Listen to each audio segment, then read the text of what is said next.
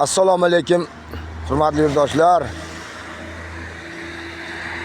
Men yana o'sha Farg'ona viloyati Dang'ara tumanida yashovchi fuqaro Usmonov Muzaffar Mahmudovichman. Hurmatli yurtdoshlar, bugungi mana kunimiz 2026-yilning 17-fevral kuni. Men hozir mana ertalab soat 9 ga yaqin Jizzax viloyatining Do'stlik tumanidagi prokuratura bo'limiga kirmoqchiman. Sabab bu prokuratura qonun ustuvorligini ta'minlaydigan, insonlar uchun haq huquqi buzilsa, mana shu joyga kelib murojaat qilsa, shu joyda Do'stlik tumanining prokurori rozi qilib, bu narsalarni hammasini ko'rib chiqishlari o'z zimmasiga yuklatilgan. Lekin mana shu prokuraturaning yonida mana hurmatli yurtdoshlar, mana katta bizning yurtboshimiz Shavkat Miromonovichning o'z so'zlari bilan yozib qo'yilgan qonun talablari va inson huquqlari biz uchun oliy davlat deb mana yurtboshimizning so'zlari bilan katta qilib bu Do'stlik tumanining prokuratura bo'limining yoniga qo'yib qo'yilgan. Men demoqchi bo'lgan gapim, hurmatli yurtdoshlar, 2025-yilning sentyabr oyida mana shu Do'stlik tumanida bolalar bo'limida ishlovchi hamshira Parmonova Ozodani shu 13-savxoz bo'limi tomonidan o'zi boshqarib kelayotgan avtomashinasida unga nisbatan yo'l harakat inspektori Qo'ng'irbayev Sherzod ismli uni to'xtatib, uni transport boshqarib turgan barcha hujjatlarini so'ragan. Barchasini inspektorning qo'liga taqdim qilgan. Vaholanki shu bilan u inspektor Qo'ng'irbayev qandaydir shubhali qilib bu Ozoda Parmonovani spirtli iste'mol qildi degan xulosa qilib unga ma'muriy bayonnoma to'ldirgan. Lekin bu ma'muriy bayonnoma to'ldirgan vaqtida bu Qo'ng'irbayevning yonida yana ikkita yo'l harakat inspektori bo'lgan. Lekin Qo'ng'irbayevning body kamerasi ish faoliyatida bo'lmagan. Lekin mana bu bizning yurtboshimiz Shavkat Miromonovich o'z so'zlarida, minbarlarda aytgan gaplari bor. Body kamerasi ishlamasa, o'ziga nisbatan jinoiy ish qo'zg'atasan degan gaplarni biz ko'p YouTube orqali kanallarda eshitib kelyapmiz. Lekin mana biz bu holat bo'yicha yanvar oyida Jizzax viloyatining yo'l harakat xavfsizligi boshqarmasi boshlig'i Ali Muhammad Saidahmedovga ham kirib, bu Qo'ng'irbayevning qilgan xatti-harakatlari bo'yicha men murojaat qilgandik.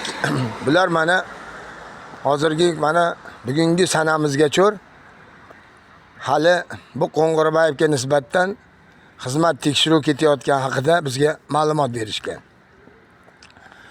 Shundan so'ng biz bu Saidahmedov yana bir narsani o'ylab topmasin degan nuqtai nazarda men Jizzax viloyati bosh prokurori Ibrohimov Baxtiyor Tohirovichga uchrab,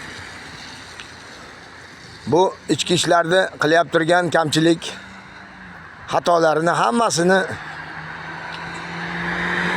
nazoratga olishni so'rayman deb ariza berganimdan keyin bu Jizzax viloyati prokuraturasi tomonidan ko'riladigan narsalar biz nazoratdamiz deb buni mana shu Ozoda Parmonovaning yashash hududida bo'lgan holat joydagi Do'stlik tumani prokuraturasiga yuborilgan. Bu prokuraturani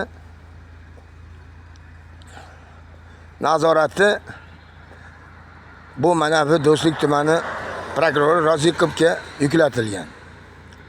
Endi qani bu Do'stlik tumani prokuraturasi, qani bu Yurtboshimiz Shavkat Miromonovning body kamerasi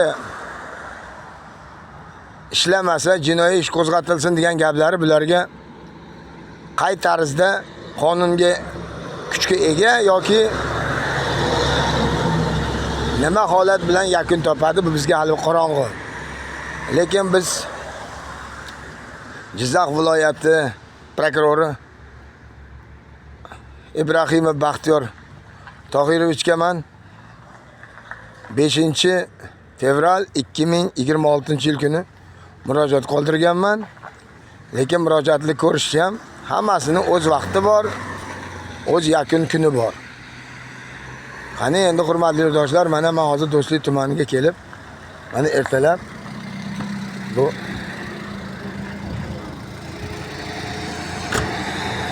prokurorning hozir qabuliga kirib, qani Qo'ng'irbayevga nisbatan chuqurroq nazoratga olishingizni so'rayman deb ketaman. Qolaversa, agar bu Do'stlik tumani bu holatlarga Ozoda Parmonovaga nisbatan yengilroq qonun doirasida ko'rmasdan boshqacha holat ko'rsa, hurmatli yurtdoshlarim, men O'zbekiston Respublikasining Bosh prokuraturasining inspeksiya rahbariga kirib, bu xatti-harakatlar bo'yicha men hamma narsani namoyon qilib boraman. Lekin savol berishlaring mumkin, o'zi Ozoda Parmonova mana spirtli iste'mol qilgan degan xulosa qilsalaring, bularning o'rtasida men body kamerasi sheriklarini rasmga olgan, suratga olgan holatlarni ko'rdim. O'ta bosim bilan shunaqa xatti-harakatlar qilgani hammasi namoyon bo'lgan. Lekin Ozoda Parmonova aytayaptiki, mana men boshida yolg'iz boquvchisi yo'q, boshida bir o'g'li Toshkent shahrida o'qiydi, unga kvartira puli kerak, hamma biladi hayotni. Qizi o'qiydi tayyorgarlikda Jizzax shahrida tayyorlanyapti ekan. Bu Ozoda Parmonovaga nisbatan sud tomonidan 16 million so'm, 480 ming so'm jarima jazosi tayinlanib, haydovchilik huquqidan Ozoda Parmonovani 3 yilga mahrum qilgan. Qani sog' bo'linglar, omon bo'linglar yurtdoshlarim. Qani endi bugun mana nima yakun bo'ladi bilmayman. Mana endi hozir shu bilan o'zimning yurtimga ketaman. Bu Ozoda Parmonova Yurtboshimiz Shavkat Miromonovga YouTube orqali murojaat qilib yordam so'ragandan keyin men shu ayol shu joydamikin deb kelib, men shu qilgan yo'l harakat inspektori Qo'ng'irbayev Sherzodning qilgan kamchiliklarni hammasini men o'z ko'zim bilan ko'rdim. Yana aytayapman, bu Jizzax viloyati yo'l harakat xavfsizligi boshqarmasi boshlig'i Said Ahmedov, sizdan biz Ozoda Parmonovaning yozgan arizasi bo'yicha javobingizni kutib qolamiz. Aks holda men O'zbekiston Respublikasi Ichki ishlar boshlig'i Azizbek Toshpo'latovning qo'l telefoniga chiqib, yana qaytaryapman, qo'l telefoniga chiqib chiqishga majbur qilyapsiz. Lekin meni siz Jizzax viloyati yo'l harakat xavfsizligi boshqarmasi boshlig'i Said Ahmedov Ali Muhammad aka, meni siz juda yaxshi bilasiz. Meni uyqumni buzdilaring. Sizdan biz nima talab qilyapmiz? Qonunda belgilangan muddati bormi? Shu muddatda javob bering. Sog' bo'linglar, omon bo'linglar. Qani bu holatlarni kuzatib boringlar.